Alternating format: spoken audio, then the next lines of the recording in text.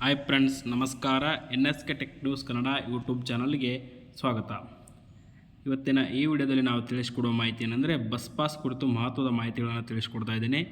ನೋಡಿ ವಿದ್ಯಾರ್ಥಿಗಳೇ ಮತ್ತು ನಮ್ಮ ವೀಕ್ಷಕರೇ, ನೀವು ಗೂಗಲಲ್ಲಿ ಸೇವಾ ಸಿಂಧು ಅಫಿಷಿಯಲ್ ಇಲ್ಲಿ ಸರ್ಚ್ ಮಾಡಬೇಕು. ಗೂಗಲಲ್ಲಿ ಸರ್ಚ್ ಮಾಡಿದ ನಂತರ ಇಲ್ಲಿ ಸೇವಾ ಸಿಂಧು ಅಂತ ಇದೆ ನೋಡಿ, ಇದನ್ನು ಕ್ಲಿಕ್ ಮಾಡಬೇಡಿ. ಇಲ್ಲಿ ಕ್ಲಿಕ್ ಮಾಡಿದರೆ ನಿಮಗೆ ಬಸ್ ಪಾಸ್ ಲಿಂಕ್ ಸಿಗಲ್ಲ. ಇಲ್ಲಿ ಕೆಳಗಡೆ ಇದೆ ನೋಡಿ, ಇದನ್ನು ಕ್ಲಿಕ್ ಮಾಡಬೇಕು. ಕರ್ನಾಟಕ ಸೇವಾ ಸಿಂಧು ಪೋರ್ಟಲ್ ಅಂತ ಇದೆಯಲ್ಲ, ಇದನ್ನ ಕ್ಲಿಕ್ ಮಾಡಬೇಕು. ಕ್ಲಿಕ್ ಮಾಡಿದ ನಂತರ ನಿಮಗೆ ಅಫಿಷಿಯಲ್ ಸೈಟ್ ಓಪನ್ ಆಗುತ್ತೆ. ಇಲ್ಲಿ ನಿಮ್ಮ ಲ್ಯಾಂಗ್ವೇಜನ್ನು ಕನ್ನಡ ಸೆಲೆಕ್ಟ್ ಮಾಡ್ಕೊಳ್ಬೇಕು. ಸೆಲೆಕ್ಟ್ ಮಾಡ್ಕೊಂಡ ನಂತರ ನೋಡಿ ವೀಕ್ಷಕರೇ, ಇಲ್ಲಿ ಬಂದು ನೋಡಿ ಕೆಳಗಡೆ ನೋಡಿ ವಿದ್ಯಾರ್ಥಿ ಬಸ್ ಪಾಸ್ ಅಂತಿದೆ ನೋಡಿ. ಇಲ್ಲಿ ಈ ಒಂದು ವಿದ್ಯಾರ್ಥಿ ಬಸ್ ಪಾಸ್ ಕಲ್ಯಾಣ ಕರ್ನಾಟಕ ರಸ್ತೆ ಸಾರಿಗೆ ನಿಗಮ, KSRTC ಮತ್ತು ವಾಯುವ್ಯ ಕರ್ನಾಟಕ ರಸ್ತೆ ಸಾರಿಗೆ ನಿಗಮದ ಬಸ್ ಪಾಸ್ಗೆ ನೀವು ಇಲ್ಲಿ ಅರ್ಜಿ ಸಲ್ಲಿಸಬಹುದಾಗಿದೆ. ಇಲ್ಲಿ ನೀವು ಈ ಒಂದು ಲಿಂಕ್ ಮೇಲೆ ಕ್ಲಿಕ್ ಮಾಡಬೇಕು.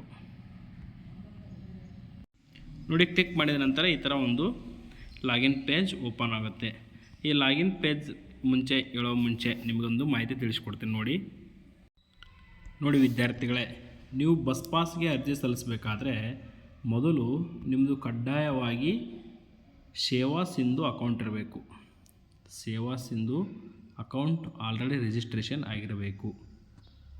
ಒಂದನೇದೇನು, ನಿಮ್ಮ ಒಂದು ಸೇವಾ ಸಿಂಧು ಅಕೌಂಟ್ ರಿಜಿಸ್ಟ್ರೇಷನ್ ಆಗಿರಬೇಕು.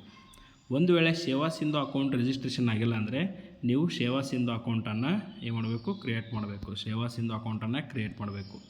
ಸೇವಾ ಸಿಂಧು ಅಕೌಂಟ್ ಕ್ರಿಯೇಟ್ ಮಾಡಬೇಕಾದ್ರೆ ನಿಮ್ಮ ಬಳಿ ಒಂದು ಮೊಬೈಲ್ ನಂಬರ್ ಇರಬೇಕು ಮತ್ತು ಆಧಾರ್ ಕಾರ್ಡ್ಗೆ ಫೋನ್ ನಂಬರ್ ಲಿಂಕ್ ಇರಬೇಕು. ಇದ್ದರೆ ಮಾತ್ರ ನೀವು ಸೇವಾ ಸಿಂಧು ಅಕೌಂಟು ಓಪನ್ ಮಾಡೋಕ್ಕೆ ಸಾಧ್ಯ.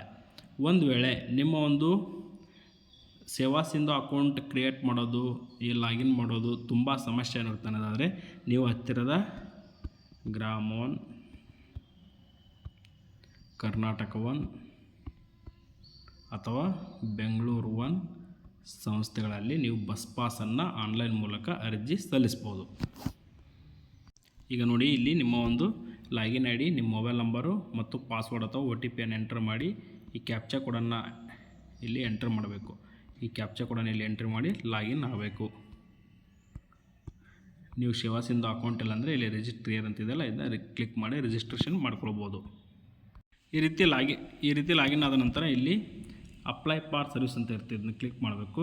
ಕ್ಲಿಕ್ ಮಾಡಿದಾಗ ಇಲ್ಲಿ ವ್ಯೂ ಅವೈಲೇಬಲ್ ಸರ್ವಿಸ್ ಅಂತ ಇದೆ ನೋಡಿ, ಇದನ್ನ ಕ್ಲಿಕ್ ಮಾಡಬೇಕು.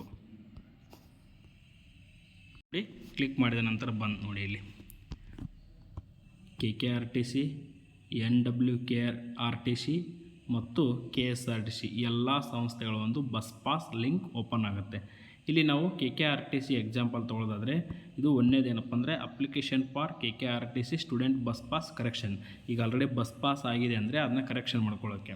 ಒಂದು ವೇಳೆ ನ್ಯೂ ಬಸ್ ಪಾಸ್ಗೆ ಈ ಲಿಂಕನ್ನು ಕ್ಲಿಕ್ ಮಾಡಬೇಕು. Application for issue new and renewal with modification of student bus pass, ಇದನ್ನು ಕ್ಲಿಕ್ ಮಾಡಬೇಕು. ನೋಡಿ, ಇಲ್ಲಿ ನಾವು ಒಂದು ವಿಷಯ ತಿಳಿಸ್ಕೊಡ್ತೀನಿ. ಈಗ ನೀವು ಹೊಸ ಬಸ್ ಪಾಸ್ಗೆ ಅರ್ಜಿ ಸಲ್ಲಿಸಲು ಇಲ್ಲಿ ಕ್ಲಿಕ್ ಮಾಡ್ತೀರಾ. ಕ್ಲಿಕ್ ಮಾಡಿದಾಗ ನೋಡಿ ವಿದ್ಯಾರ್ಥಿಗಳೇ, ನಿಮ್ಮ ಒಂದು ಕಾಲೇಜಿನಲ್ಲಿ ಡಿಕ್ಲರೇಷನ್ ಫಾರ್ಮ್ ಇರುತ್ತೆ, ಆ ಫಾರ್ಮನ್ನು ನೀವು ತುಂಬಿಸ್ಬೇಕು. ಆ ಫಾರ್ಮನ್ನು ಡೌನ್ಲೋಡ್ ಮಾಡ್ಕೊಳ್ಬೇಕು. ನೋಡಿ, ಈ ಒಂದು ಫಾರ್ಮ್ಯಾಟ್ ಇಲ್ಲಿದೆ ನೋಡಿ, ವಿದ್ಯಾಸಂಸ್ಥೆಯಿಂದ ಕೊಡಬೇಕಾದ ದೃಢೀಕರಣ ಪತ್ರ ಇದು. ಈ ಒಂದು ಫಾರ್ಮ್ಯಾಟನ್ನು ನೀವು ತುಂಬಿಸ್ಕೋಬೇಕು.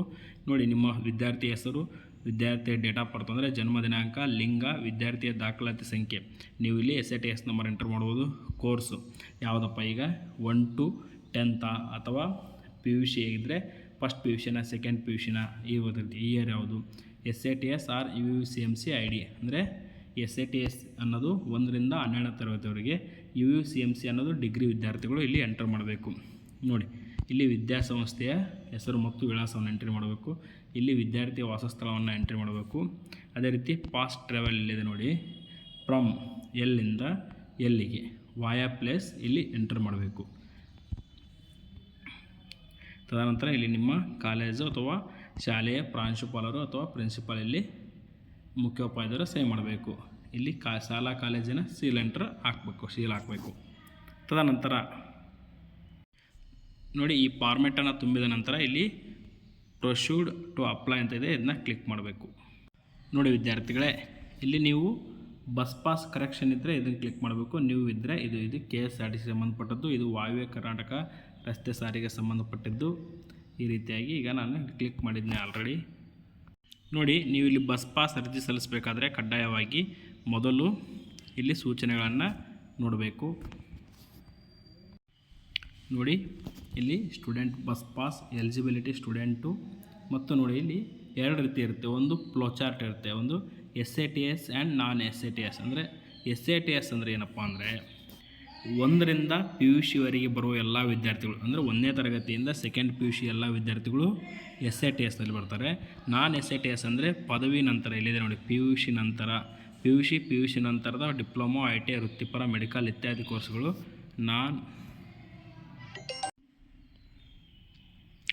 ನೋಡಿ, ವಿಳಾಸ ಬದಲಾವಣೆ ಇದ್ದಲ್ಲಿ ಎಲ್ಲ ವಿದ್ಯಾರ್ಥಿಗಳು ಸ್ವಯಂ ದೃಢೀಕರಣ ಪತ್ರ ಅಪ್ಲೋಡ್ ಮಾಡುವುದು ಕಡ್ಡಾಯವಿರುತ್ತದೆ.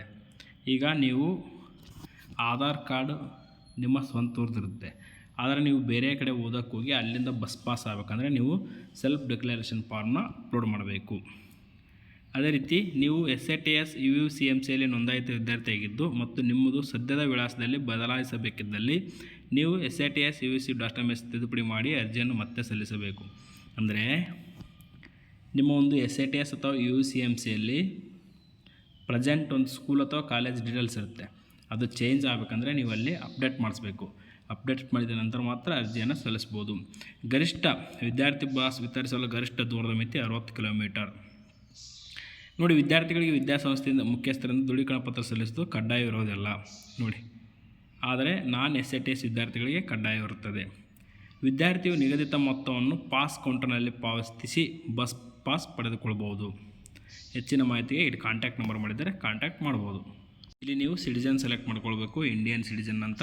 ಇಲ್ಲೆಲ್ಲ ಡೀಟೇಲ್ಸ್ ಬರುತ್ತೆ, course, category, select your course ಎಲ್ಲ ಬರುತ್ತೆ. ಅದನ್ನ ಹಾಕಿ ಇಲ್ಲಿ ವರ್ಡ್ ವೆರಿಫಿಕೇಷನ್ ಮಾಡಬೇಕು. ಅದಕ್ಕಿಂತ ಮುಂಚೆ ಇಲ್ಲಿ ನಿಮ್ಮ ಆಧಾರ್ ಡೀಟೇಲ್ಸ್ ಎಲ್ಲ ಹಾಕಿದಾಗ ಎಲ್ಲ ನಿಮ್ಮ ಡೀಟೇಲ್ಸ್ ಬರುತ್ತೆ. ನಿಮ್ಗೆ ಏನಾದರೂ ಡೌಟ್ಸ್ ಇದ್ದರೆ ಕಮೆಂಟ್ಸ್ ಮಾಡಿ, ಆ ಕುರಿತು ತಿಳಿಸ್ಕೊಡುತ್ತೆ ಅಂತ ಹೇಳ್ತಾ thank you for watching this video.